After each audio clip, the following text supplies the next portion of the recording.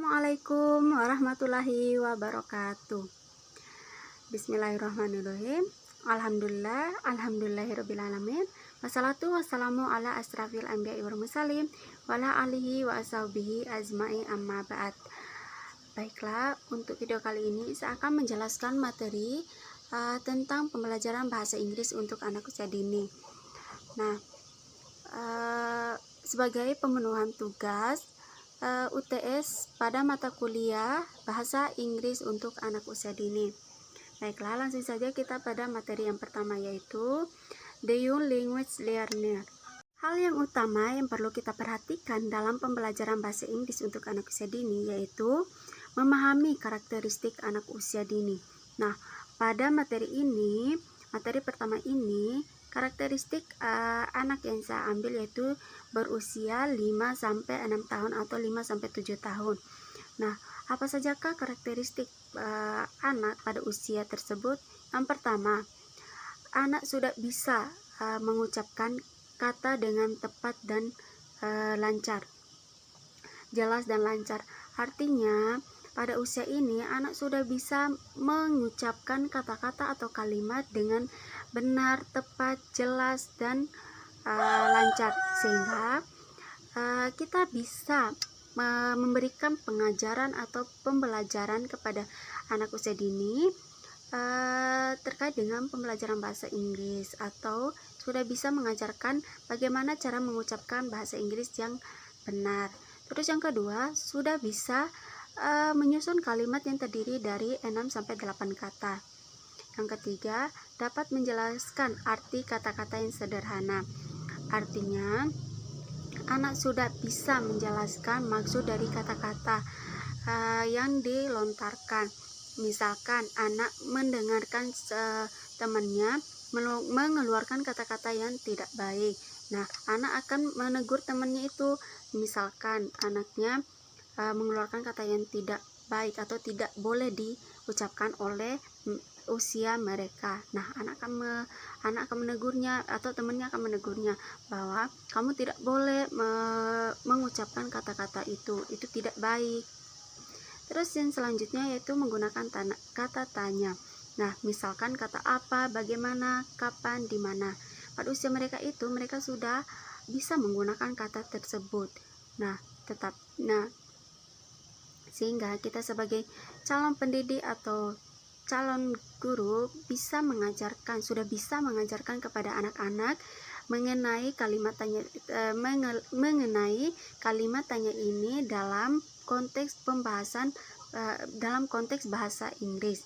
Terus yang selanjutnya yaitu anak belajar melalui pengalaman konkret dan orientasi. Artinya, anak belajar pada pengalaman mereka, atau anak belajar dalam lingkungan mereka sehari-hari. Jadi, apa yang mereka lihat, apa yang mereka dengar, mereka akan mengamatinya. Selanjutnya, anak suka menyebut nama-nama benda yang ada di lingkungan sekitarnya. Misalkan nama-nama hewan, nama-nama buah-buahan. Nah, itu merupakan salah satu cara yang terbaik bagi kesempatan yang baik buat calon pendidik atau orang tua untuk mengajarkan kepada anak-anaknya,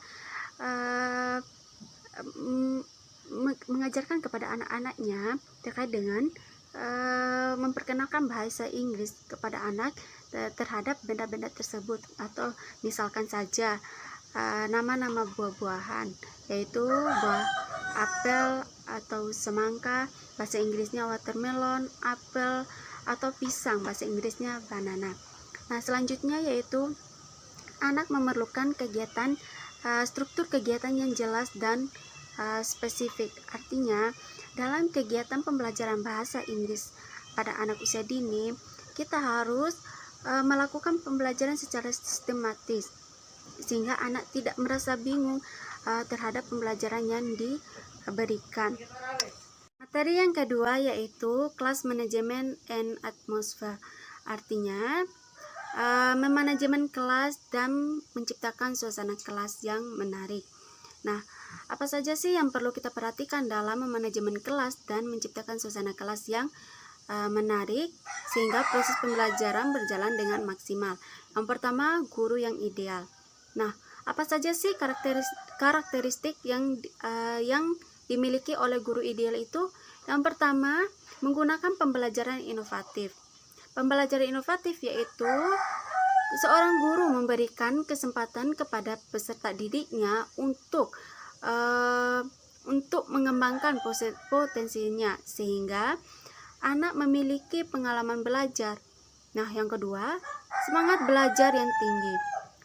Hal yang utama yang perlu dimiliki oleh seorang guru yaitu memiliki semangat belajar, karena hal itu sangat berpengaruh terhadap proses pembelajaran sehingga proses pembelajarannya berjalan dengan maksimal. Terus yang ketiga yaitu menjadi guru yang teladan. Guru merupakan contoh bagi peserta didiknya. Jadi, apa yang anak lihat dan apa yang anak perhatikan dari gurunya itu yang akan menjadi itulah yang akan ditiru oleh anak-anak. Ya, anak itu merupakan peniru yang terbaik. Jadi, seorang guru itu harus berhati-hati dalam bertindak, memberikan contoh yang baik dan memberikan tutur kata yang baik. Selanjutnya yaitu memahami akan profesinya. Seorang guru itu harus benar-benar paham akan profesinya, profesi yang ditekuninya, sehingga bagaimana cara menjadi guru yang kreatif, menjadi guru yang berkompeten, sehingga membuat peserta didiknya itu merasa senang terhadap gurunya. Yang selanjutnya itu guru yang humor. Guru yang humor, supel dan luwes. Seorang guru itu harus memiliki selera humor yang tinggi sehingga dalam proses pembelajaran tidak ada rasa kecanggungan dalam antara hubungan seorang guru dengan peserta didiknya. Supel artinya bagaimana seorang guru pandai menempatkan dirinya, pandai bergaul dengan peserta didiknya. Luwes artinya guru yang rapi, elok dipandang. Karena itu anak-anak akan menjadi merasa senang terhadap gurunya apabila diajarkan oleh guru yang rapi, wangi, elok dipandang dan lain-lain. Yang kedua yaitu lingkungan fisik. Dalam proses pembelajaran bahasa Inggris pada anak, hal yang utama yang perlu diperhatikan juga adalah yang membantu dalam proses pembelajaran yaitu lingkungan fisik. Lingkungan atau ruangan sangat menentukan dalam proses pembelajaran. Nah, apa sajakah yang perlu diperhatikan dalam lingkungan itu? Yang pertama, apakah sajakah yang perlu diperhatikan dalam ruangan tersebut sehingga dapat membantu memfokuskan peserta didik dalam pembelajarannya. Yang pertama, poster. Guru bisa menempelkan poster-poster yang menggambarkan benda-benda seperti poster, yaitu bisa pada poster-poster tersebut bisa berupa gambar bisa berupa gambar hewan, buah-buahan, tetapi dalam penulisannya, dalam penamaan benda-benda tersebut haruslah menggunakan bahasa Inggris. Nah, itu juga merupakan salah satu cara anak untuk belajar bahasa Inggris. Yang kedua, gambar-gambar di dinding. Nah, gambar-gambar di dinding itu bisa berupa lukisan yang menarik sehingga anak menjadi fokus dalam belajar, menarik perhatian anak untuk belajar dalam ruangan tersebut. Tetapi janganlah menggunakan warna-warna yang banyak sehingga dapat mengalihkan perhatian anak terhadap warna-warna tersebut. Yang kedua, tanaman hias. Nah, tanaman hias ini berfungsi sebagai memberikan rasa sejuk dalam ruangan tersebut. Nah, selanjutnya hiasan dinding. Hiasan dinding bisa berupa karya-karya yang menggunakan kertas origami. Nah, itu juga merupakan cara untuk mempercantik ruangan tersebut sehingga anak menjadi betah dalam belajar. Selanjutnya yaitu jam dinding. Jam dinding bisa berupa tempelan atau mainan-mainan yang dapat ditempelkan pada dinding. Itu juga merupakan salah satu cara untuk memperkenalkan waktu kepada anak usia dini, tetapi dalam menggunakan konteks bahasa Inggris. Nah, yang selanjutnya yaitu tulisan motivasi. Tulisan motivasi bisa berupa tulisan-tulisan yang dapat memotivasi anak-anak untuk terus belajar. Tetapi tulisan itu bisa juga dalam bahasa Inggris dan juga bisa diartikan juga dalam bahasa Indonesia. Baiklah, yang selanjutnya yaitu pengaturan meja. Nah, bisa kita lihat pada gambar di samping. Di sini terdapat 3 bentuk pengaturan meja untuk pembelajaran anak usia dini. Yang pertama, gambar yang pertama yaitu berbentuk huruf U. Nah, di mana titik fokus anak mengarah ke depan, yaitu pada meja guru. Nah, untuk yang gambar kedua yaitu di mana kedua sisi meja saling berhadapan. Tetapi untuk kedua meja yang di depan yang ada di sisi kanan dan di sisi kiri, titik fokus anak berada pada di depan, yaitu yang ada pada meja guru. Sedangkan untuk sisi kanan dan sisi kiri meja yang paling belakang, itu bisa saja fokus anak bisa teralihkan karena anak tidak bisa melihat ke depan disebabkan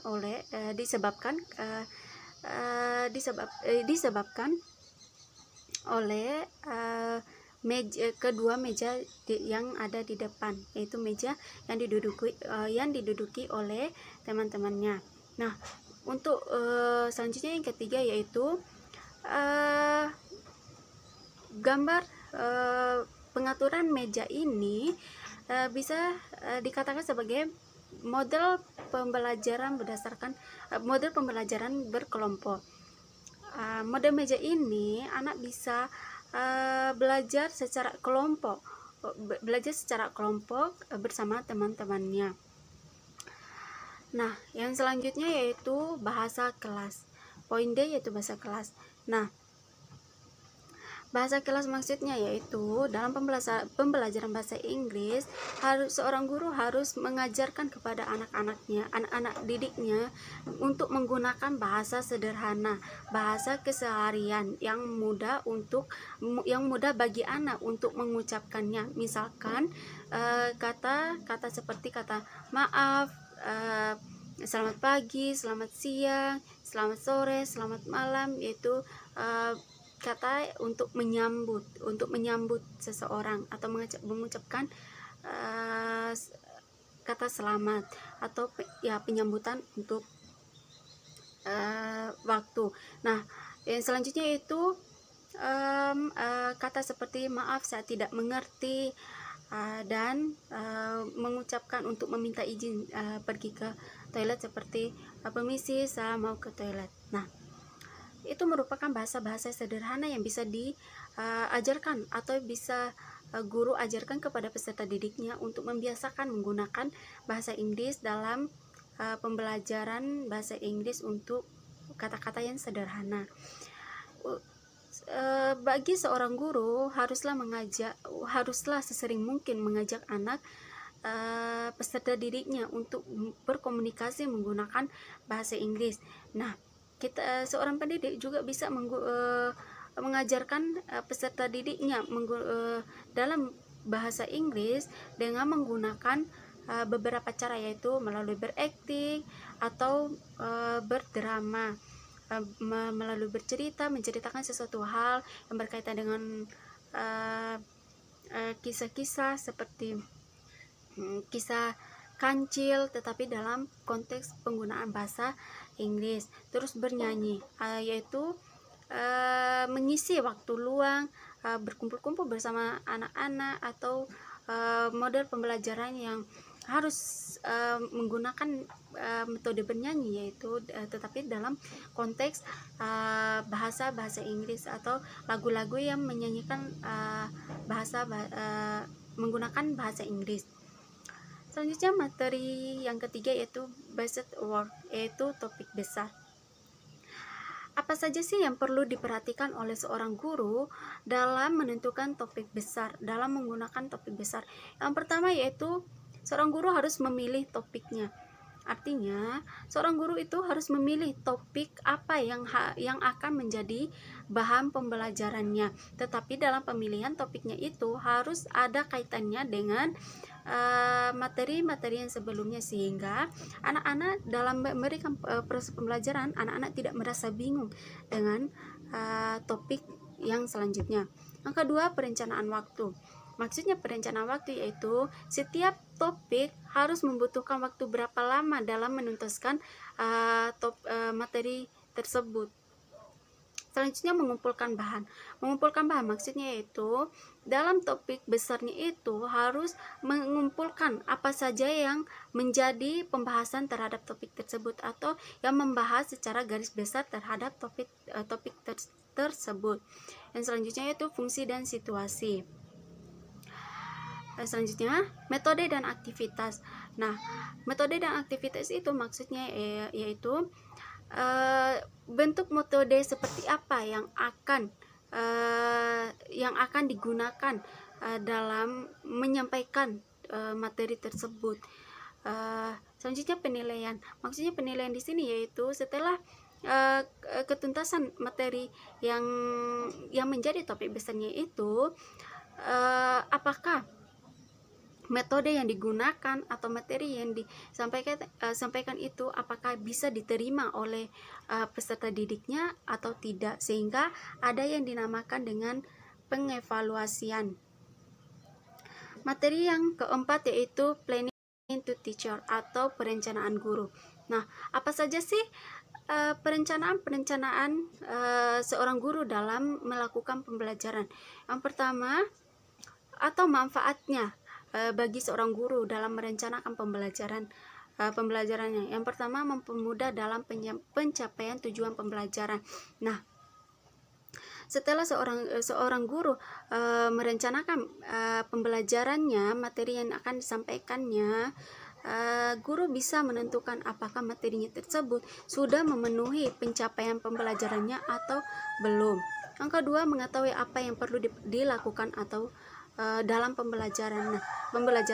Artinya, selanjutnya yaitu mengetahui apa yang perlu dilakukan dalam pembelajaran. Nah, maksudnya yaitu guru mengetahui apa yang perlu dilakukan dalam pembelajaran tersebut, atau metode-metode seperti apa yang dapat dilakukan dalam membantu proses pembelajaran bahasa Inggrisnya. Nah, selanjutnya yaitu mempermudah dalam membagi waktu. Nah, maksudnya dalam satu materi seorang guru dapat membagi waktu untuk menuntaskan setiap materi yang akan disampaikan kepada peserta didiknya, sehingga peserta didiknya proses pembelajaran dapat berjalan secara sistematis.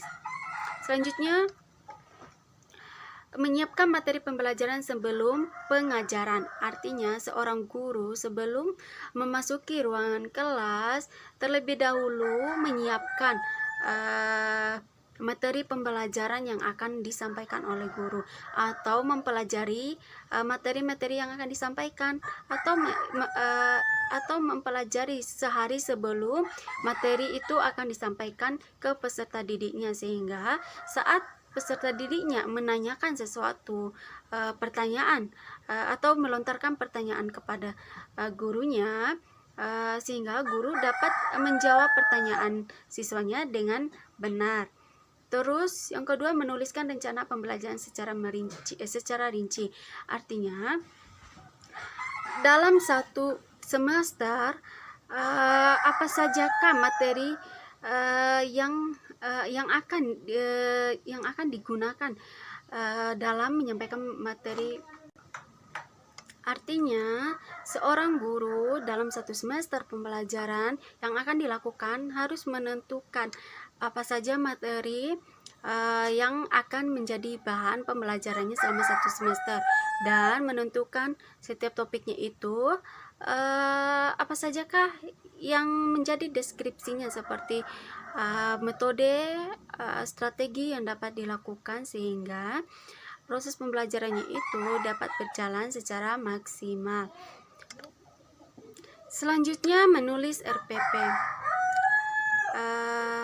Selanjutnya, melakukan evaluasi pembelajaran. Artinya, setelah satu semester pembelajaran,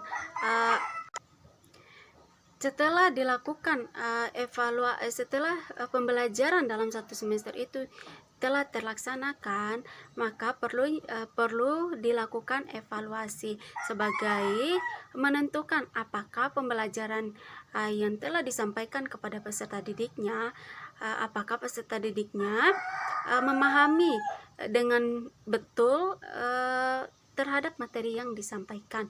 Selanjutnya, mempertanyakan pada diri sendiri terkait dengan pembelajaran yang dilakukan selama satu semester itu. Guru wajib menanyakan kepada dirinya sendiri apakah materi yang disampaikan itu sudah mencapai tujuan pembelajaran ataukah belum, atau metode-metode yang digunakan selama pembelajaran tersebut bisa diterapkan atau bisa diterima oleh peserta didiknya atau tidak, sehingga seorang guru dapat melakukan evaluasi untuk dirinya sendiri terkait pembelajaran yang selanjutnya. Materi yang kelima yaitu using media in teaching, atau media apa sajakah yang dapat digunakan untuk membantu proses pembelajaran bahasa Inggris untuk anak usia dini. Nah, di sini media dapat dibagi menjadi tiga, yaitu media visual, media audio, dan media audio visual. Contohnya media visual yaitu yang terdapat pada gambar di samping. Nah, gambar itu bisa berupa kartu flashcard atau kartu flash. Artinya ini merupakan media yang dapat kita gunakan untuk membantu proses pembelajaran bahasa Inggris.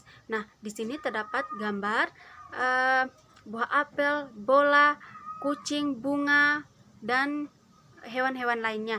Nah, kita bisa menanyakan kepada peserta didik apa sajakah nama-nama yang ada pada kartu tersebut, tetapi dengan menggunakan bahasa Inggris, menyebutkan nama-namanya dengan menggunakan bahasa Inggris.